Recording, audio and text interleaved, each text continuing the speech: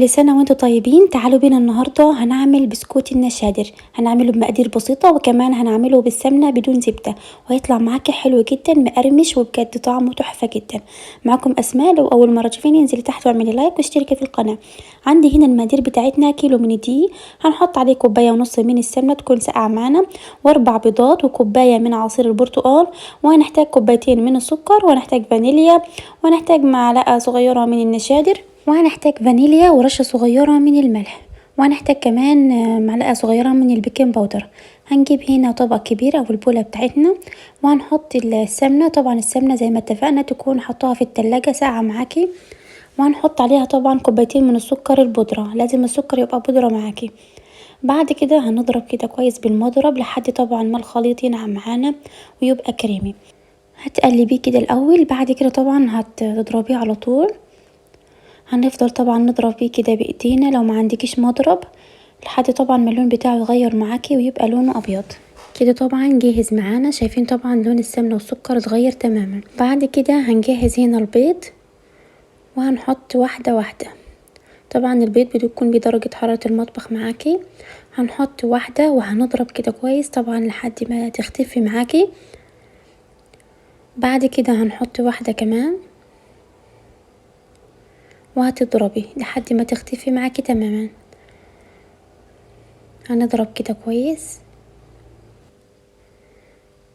بعد كده هنحط البيضة كمان، وهتضربي لحد ما تختفي معاكي وكده. خلاص طبعا دي اخر واحدة.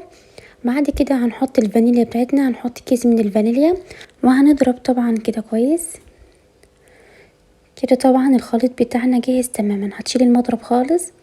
بعد كده هنلمها كده بالمعلقة. شايفين القوام بتاعها حلوة جدا وكريمية. بعد كده هنجيب الدقيق، كيلو من الدقيق، هنحط عليه معلقة صغيرة من البيكنج باودر، وهنحط طبعا ربع معلقة صغيرة من الملح، وهتقلبيهم كده كويس. بعد كده طبعا هنجيب هنا الخليط بتاعنا بتاع البيض، هنحط معلقة صغيرة من النشادر.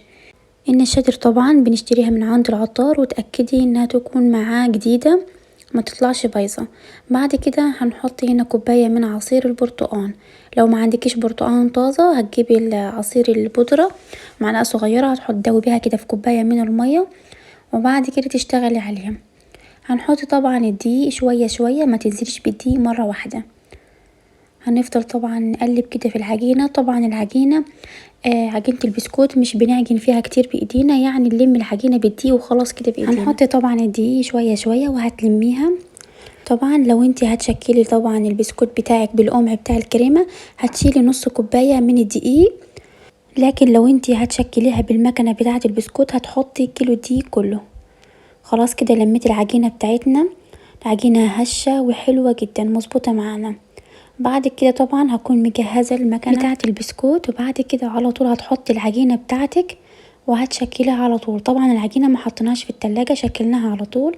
هتحطيها طبعا في صينية تكون مدهونة دهنة خفيفة جدا من السمنة. تمام. وبعد كده هتكوني مشغله الفرن على درجة حرارة 200. هتسيبي طبعا البسكوت تدخليه، هيقعد معاكي كده حوالي ربع ساعة على حسب درجة حرارة الفرن.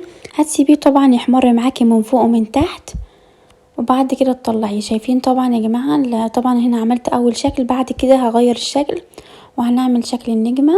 تبرميها بالشكل ده وبعد كده تحطيها في الصينية. شايفين بجد يا جماعة بسكوت لذيذ جدا، وكمان ريحته وطعمه حلو قوي، وحلو جدا كمان لما تقعدي كده مع الولاد ويعملوا معاكي، بجد حلو قوي.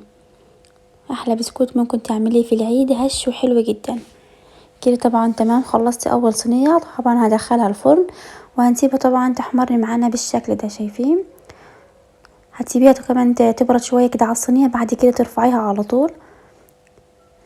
وده الشكل اللي احنا عملناه، بجد حلو جدا، خفيف وهش وحلو قوي بجد. يعني جربوا الطريقة دي وان شاء الله تعجبكم قوي.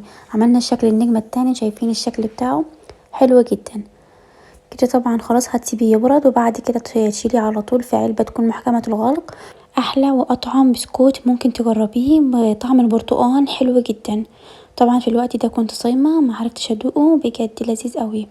اتمنى الفيديو يكون استفدتم وعجبكم. ما تنسوش بقى تعملوا لايك وتشتركوا في القناة وكمان تتابعوني على صفحتي على الفيسبوك وكمان التيك توك وكواي باسم أسماء أبو الخير. أشوفكم على خير، يلا باي.